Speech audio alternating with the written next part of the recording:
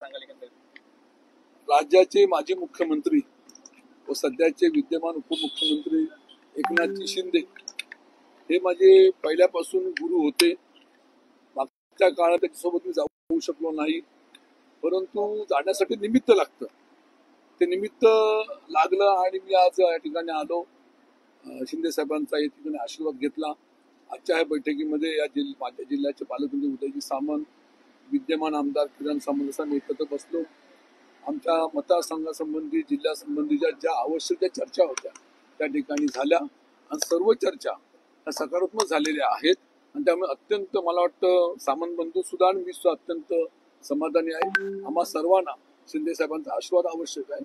भविष्यातल्या कालखंडामध्ये आम्ही एकत्रपणे हातात हात घेऊन संपूर्ण जिल्हा असेल, महाराष्ट्र असेल, आम्ही एकत्र काम करणार असं त्यांना आम्ही अभिवचन दिलेलं आहे.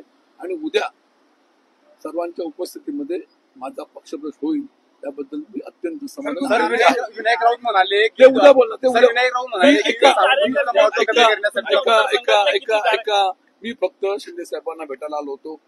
त्यांचे आशीर्वाद घेतलेले आहेत. सामंत बंधू माझ्या समोर होते. चर्चा एकदम सकारात्मक झालेली आहे.